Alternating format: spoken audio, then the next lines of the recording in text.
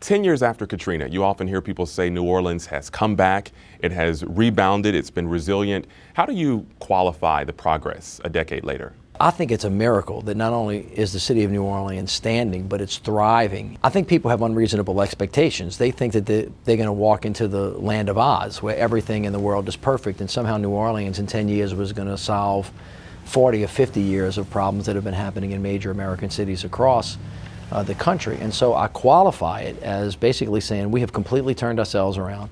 We're heading in the right direction. We've done the hard work of recreating the deep institutional challenges that we had in healthcare and education. Now we've got to get about the work of making sure that nobody gets left behind, because you'll see pockets in the city that don't look great. Speaking of those pockets, one of those communities people would mention would be the lower Ninth Ward, an area hard hit by the storm, mostly African American community, and many people there we've spoken to will say, we feel like we haven't gotten the resources. We feel like we've been forgotten. Do you feel like the city has placed enough emphasis, enough focus on communities like the Lower Nine? Well, it's not a surprise that people that were hurting more before the storm are hurting more after the storm. This is a universal principle in the United States of America. When it gets hot, the poor get hotter, and when it gets cold, the poor get colder. It's not accurate to say that to the extent that New Orleans got the money, that we didn't distribute it across the entire city in a thoughtful way. We've invested $500 million in the lower Ninth Ward.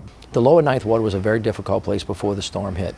It has a lot of challenges, but in my mind, it's a very important part of the city. Violent crime is perhaps the biggest issue facing New Orleans. That's what many people would tell you. Perhaps you would say the same. It absolutely is. And in recent years, we've seen a drop in some violent crime. The murder rate dropped recently, but then this summer it started to spike up again, a 30% spike according to some numbers we've seen. You've been really there on the front lines, creating several initiatives and strategies in your time in office. Has anything actually worked, do you think? Well, I think a lot of things have worked. First of all, let's be really clear about this. Violence in America is epidemic in certain neighborhoods in all cities. You see that with the news of Baltimore, you see it in Chicago, you see it in New York.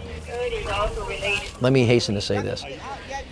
You cannot police your way out of this problem. You've really got to get on the front end of this. And so our entire approach has been what we call NOLA for Life, which has some very early interventions, very young, getting into the schools, working with conflict resolution, making sure that you deal with the issues of jobs, making sure you deal with job training, making sure you're working on enrichment programs, and then for the young men that are actually in the system, if they're in jail, making sure that when they come out, right, they're trained well so the recidivism rate doesn't go high. And if they're in between, you've got to kind of look at them in the eye and give them a choice. You got to look, man, if you keep making bad choices, there are going to be bad consequences. But if you make a good choice, we'll put you at the front of the line on job training, substance abuse, mental health. Would you say that New Orleans is safer today than it was 5, 10 years ago? Well, I think some days, yeah, and some days it's not. It goes up and down. I think we've made marked progress in reducing the number of shootings that we've had and reducing the number of crimes. For 3 years in a row, we've reduced the murder rate. Last year, we got it to the lowest place that we were